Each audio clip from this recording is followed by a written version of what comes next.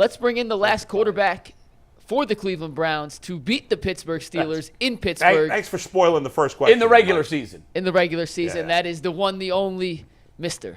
Tim Couch. Hey, there he is. What's up, guys? Did you know that was still the case? Did you realize that? You know, I saw that stat yesterday, and I'm like, surely that can't be right. 2003. Man, it's right. Are you kidding me? So I don't feel great about it. You know, I'd love to see the Browns go in there and win a few games, but man, I sure didn't realize it had been that long since they were able to do that.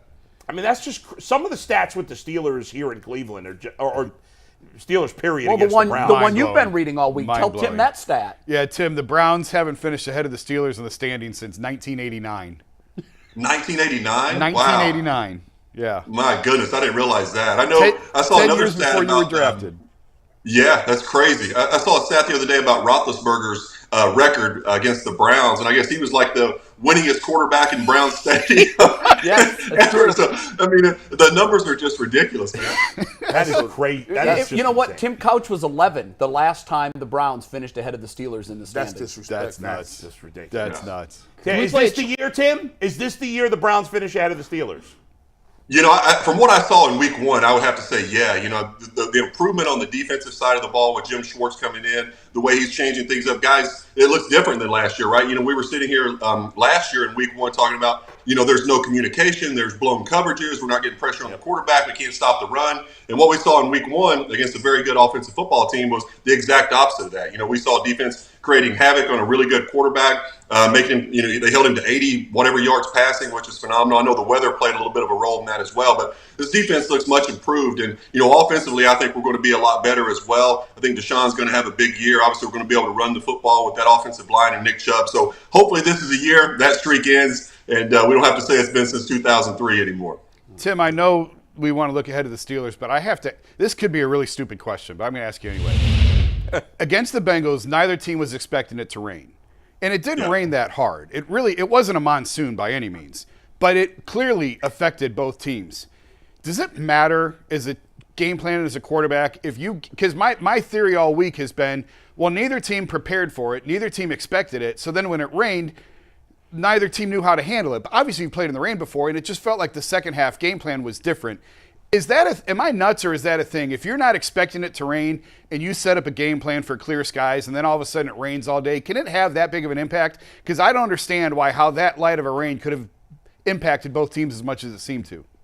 Yeah, it had a huge impact on the game. You know, I think early on in the football game, Burrow the ball looked like it was just kind of squirting out of his hand. He had no zip on the football. You know, even like the short intermediate routes, the 5, 10, 15-yard throws, they were just kind of barely getting there, dying at guys' feet. So he was really struggling with the elements for sure. I always found it very difficult to throw the football in the rain. It makes you make different decisions with the ball. Then normally you drop back and you see a throw, you're like, I can get that in there, and you zip it in. But when it's raining like that, you just don't have the velocity on the ball. You don't have the control in your grip. So you do have to change the way you attack defenses and the type of throws you're going to make when it's raining like that. And I guess, the Browns adjusted to it, better in the second half. They were able to run the football. DeShaun looked like he was throwing the ball a little bit better to me, considering the elements than Burrow did. But it definitely does change things. It makes it harder, especially like you said, when you're game planning and you're expecting nice weather and you've probably got all these, these shot plays in the passing game coming off of play action and things like that. And you really just can't call them when the weather's like that. Tim, when you are playing and the football is wet, can you kind of describe the difference between a wet ball and a dry ball? There are a lot of guys that have talked about the ball being heavy. Do the referees swap those out, and how often do they swap those out in order, I guess, to get a new ball that's dry, or do they just let it ride out? Yeah, they try to keep it as dry as possible. The biggest problem I always found when it's raining like that is, you're under center. And, your center's been on the ground, his pants are soaking wet, he's been blocking people, been rolling on the ground in the mud. You got your hands under there, so your hands are covered, in rain and sweat and everything else. And then he snaps you the wet ball and, just dropping back, you're just trying to flip the ball around, trying to find a dry spot to get a grip on it. But I think the biggest thing is when it's wet like that, you have a tendency to grip the ball a little tighter, which is obviously it's probably the thing you want to do the least because it makes the ball squirt out of your hand. But you just want to grip it tighter because it feels wet. But you really kind of want to loosen your grip a little bit. I always try to drop my thumb down a little lower on the ball just to get a little bit more control on the backside of the football. But it's tough. It definitely changes the way you approach the game, and you got to think about a lot more things as a quarterback, and it certainly affects you. But there's things you can do. In practice we used to do wet ball drills where we would take a bucket out there and just dip the ball in the bucket and then snap it to the quarterback, and you just try to get used to throwing that way. So it's part of the game, and it makes it tough. And we saw both of the quarterbacks be pretty affected by it. Tim, this is they're all big games. But this one's huge because obviously it's a division game. They're coming off a win. They'd love to bounce to 2-0. But it's also big for DeShaun Watson for another reason. We tended to write off the 6 games last year that were clearly well below average as, well, he was playing in Jacoby's offense. And they had geared it more for Jacoby, and he kind of handed it off to DeShaun. And clearly they're two different kinds of players. But then this year, we saw the same numbers, very similar numbers that he put up last year. Nothing eye-popping, around 150 yards passing, which is where he's tended to be more than not. And we said, well, it was wet. So, if the track is clean and the weather is clear in Pittsburgh, here we go. You don't have either of those as an excuse. How big is this game for DeShaun Watson? I think that's a great point, Jay. I think it's a huge game for him and his confidence and for the team's confidence in him. I think, from everything I heard and saw this offseason through OTAs and training camp, DeShaun looks like a different player. I think he's got a much better command of the offense. His accuracy has come back. It almost seems like he's got his legs back underneath him from, being out of the game for a couple years. So this is a big game. I don't want to judge him too hard after that week 1 performance because we saw it affect, what I think is, maybe probably a top 2 or 3 quarterback in the league, and Joe Burrow could barely throw the football. So I don't want to be too harsh on DeShaun in that game, and really want to see him, like you said, Jay, in some better elements. Hopefully it's better weather in Pittsburgh on Monday night, and we can see what this DeShaun Watson this year is really going to look like. But I think it's absolutely a huge game for him. He needs to get some confidence and get this offense rolling and start getting those explosive plays back into this offense to go along with that great running game. Tim, if you took 2 years off, what would be the last thing to come back as a quarterback? And the reason I ask is because I went back and watched. I was at the game, I was in the press box, but then I went back and watched some of the films of it. It just looked like DeShaun was just late processing things. He was late throwing to Marquise Goodwin. He didn't see guys who were wide. It felt to me like he just didn't see guys who were wide open. And I'm just wondering if the mental processing is the first thing to come back or the last thing to come back. If you took that much time off as a quarterback, what's the last thing you would get back? I think it would be the speed of the game. I think you make a great point. I think, going through practice and, trying to simulate a game is just not realistic. You can't really simulate the speed at which the game is played at when it's, regular season. And, I think that's probably the last thing to come back is how quickly you got to make these decisions and how quickly you got to get rid of the football and throw the ball with anticipation and those kind of things. And, when you've been out of the game for a couple years and you come back and, the last thing you want to do is go out there and make mistakes and turn the football over. So you have a tendency to probably hold on to the ball a little bit too long to make sure the guy's going to be open, instead of saying, I know this is where my read is taking me. I know my guy's going to be breaking into this window. I got to anticipate that throw and let it go. And it seems like, just like you said, it seems to me like that as well. DeShaun is maybe holding on to it just a tick too long before he's letting it go. So I think, just getting that trust back in yourself and trust in the receivers and trust in the system that you believe what you see pretty much is what I'm trying to say. Your feet and your arm and your eyes are all believing what you're seeing, and you're just going back and you're playing free and you're cutting it loose. And, we haven't seen that yet, and that's probably the last thing to come back. So that's what I want to see on Monday night is, the old DeShaun Watson that we saw and when he was with the Texans, who were just out there slinging it around, putting up huge numbers. And, hopefully that guy comes back and he can have that type of season this year. Tim, one of the questions I toss around in my head is, I go back to years past when they talk about specifically, complementary football. It seems today it's like, okay, we either have to have DeShaun Watson do his thing, or we have to have Nick Chubb do his thing, or whose team is it, or do we need DeShaun Watson to be elite? complementary football is something that helped a lot of teams win that had great quarterbacks too. When you say DeShaun Watson has to have a big game, how would you describe a big game? How would you describe him having a breakout game? Is it what he's seeing? Is it numbers? Is it stats? Is it the win-losses? How would you gauge whether or not he is back to what he was before in Houston? Yeah. For me, I think it's more of the way it looks. Is the ball coming out on time? Is the passing game does the passing game have timing and rhythm in it? Is DeShaun seeing the field? Is he anticipating throws? Does he have command of the offense? Is he getting in and out of the right plays at the line of scrimmage? Going out there and getting first downs and the offense is moving and operating within a good rhythm. And, that's what you want to see. To me, that shows he's back. For me, it's not necessarily about, going out and putting up 350 yards in the passing game. It's, are the plays there, or is he making the plays that are there to be made? When he has a deep shot down the field and it's wide open, do you hit those throws? If it's 3rd and 9 or 3rd and 10, is he going to sit in the pocket? The blitz is coming. Is he going to take that hit, anticipate the throw, make the big throw and catch over the middle? Those type of things is what I want to see. And so for me, it's really just the way it looks, more than it is stats that on a stat sheet. I just want to see the offense moving in the way it should and getting the playmakers the football, getting it out of your hand quickly, staying out of negative plays. Obviously, eliminating turnovers, those kind of things is what I want to see from DeShaun. Tim, I want to follow up quickly on what Jason asked. I thought that was a great question, Jason, about what's the last thing to come back. We're almost talking about it as if he didn't play last year, because you're saying when he's away for a couple of years. Right. Yeah. He played the last 6 games of last year, Yep. all of camp this year as the guy, Yep. and then 1 game this year. So if that's the last thing to come back, should it take 7+ games for it to return? It could.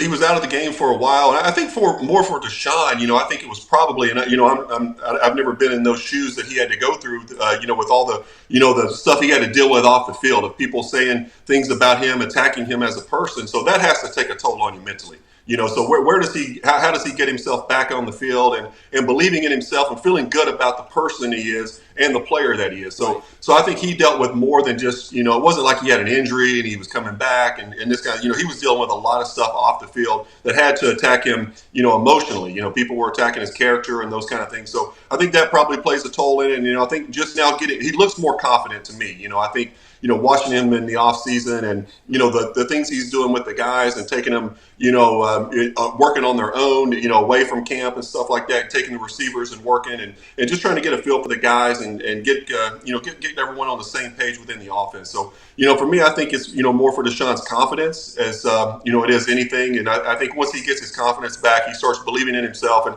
I think that comes with going out and performing well. When you perform well, everyone starts to believe in you again and you start to feel like your old self. So he just needs to go out and have a big game against Pittsburgh. And, what better way to do that on a Monday night? Everyone's watching. You got the biggest stage, in the regular season, a big Monday night game against a division rival. So it'd be a great time for DeShaun to go out and gain that confidence back.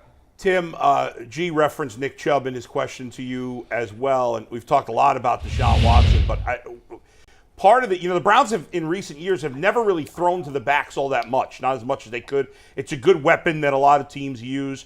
That if you would have any criticism, fair or not, of Nick Chubb's game, the only thing would be is that he's not much of a pass catcher. I would argue they haven't given him the opportunity rather than it being his fault. However, they did make him a sort of focal point in the passing game as well this past week. He led the team in receptions. Do you expect, we're about to talk about this, I'm curious your take, do you expect that to be a much bigger part of his game, or do you think it was an anomaly in game 1 that Chubb was heavily involved in the passing game? Right. I hope it's a bigger part of the game plan and a bigger part of Chubb's game because, anytime you can get the football in his hands, it has to be a positive thing. I think, with DeShaun, if it's you're taking a shot on, maybe first or second down off a play action, what you want to do is you want to work from the top down. If the shot's there, obviously take it. If you get a one-on-one situation, take those shots. I want to see 4, 5, maybe 6 shots down the field every game. But if that shot's not there, if they guess right and they're playing the, soft zone coverage, there is nothing wrong with dropping back, getting off that first read, dumping it down to Nick Chubb, 5, 6 times a game because who breaks tackles better than Nick Chubb in the league? No one I can think of, maybe Derrick Henry or somebody, but you get him the ball one-on-one with a linebacker in the middle of the field, he's probably going to break that tackle, and that 5-yard little dump off turns into 12 to 15, 20-yard gains sometimes. So I think for DeShaun, he needs to get real comfortable in getting the ball into Chubb's hands, and if it's not there, finding that outlet receiver and getting the ball out of his hand as quickly as possible into Chubb's hand and the playmaker's hand. So I hope that they expand on that. It did look good in week 1, and I want to definitely see more of that as the season goes on. Tim, when you flip to the other side, we talked about a little bit about how ferocious the Browns defense was. Myles Garrett early in the game doing the crossover dribble. I mean, he's looking loose as a goose out there. He's got more talent around him by far than he's ever had. Are you expecting him to have his best season ever? I would think so. When they signed my guy Zadarius Smith from Kentucky, I thought that was a great addition because Zadarius can flat get after it, man. That guy is a great player in his own right. I think, obviously Myles is on a different level than pretty much anyone, but Zadarius makes a big difference. He really does. He frees Myles up, and they're able to move Myles around. I love that they didn't just line him up in one position. We saw him over the center, like you said, doing the basketball crossover and just having fun and loose and just creating havoc. And they're such great players, those two, and they looked like a different defense. I really was impressed by the way they played. The defensive backs looked awesome. Cincinnati obviously has some great playmakers at wide receiver. They were all in those guys' faces. They weren't scared to get beat. They were jumping routes. They were breaking up passes. It just looked really good from the front end to the back end of that defense. I thought the play calls were good. The timing on the blitzes were good. They were getting pressure on Joe. It just looked great, man. And I'm excited to see what they do with it in week 2 against another divisional opponent. So, but I think this, from what I've seen so far, it's a much improved unit. Tim, you got DeJuan Jones starting at right tackle. Take us inside the huddle a little bit. What are some ways that a quarterback who is playing with a rookie right tackle or a rookie left tackle, what are some things you can do as a quarterback besides getting the ball out quickly? Is there something you could do with the protection schemes to help him out? Or wait a second, G. What would Tim know about that? He played behind great offensive line. They were fantastic. He played behind maybe the greatest offensive line in the history of football. Hall of Famers, all 5 of them. Yeah, I feel great. My body feels great because of that nowadays. Thanks, guys. Yeah, we called him the Paper Moon. Oh, God. It was yeah, rough. I think to your question, I think he's obviously a massive human being, and it's so he's got a great base there to be able to go out and protect. When you're going up against a guy like T.J. Watt or some of those pass rushers they have in Pittsburgh, you're going to have to help him a little bit. He's a rookie. I think obviously the biggest thing is what you said is getting rid of the football quickly, but putting a tight end to that side, obviously chipping with a running back, just making sure you're getting him the help, especially on the obvious passing downs. If it's 3rd and 7, 3rd and 8. Don't just put him one-on-one on an island with one of the best pass rushers in the league. That can really break a young player's confidence. So, sliding protection, to his side, chipping with a back, tight end in, staying in to block on that side.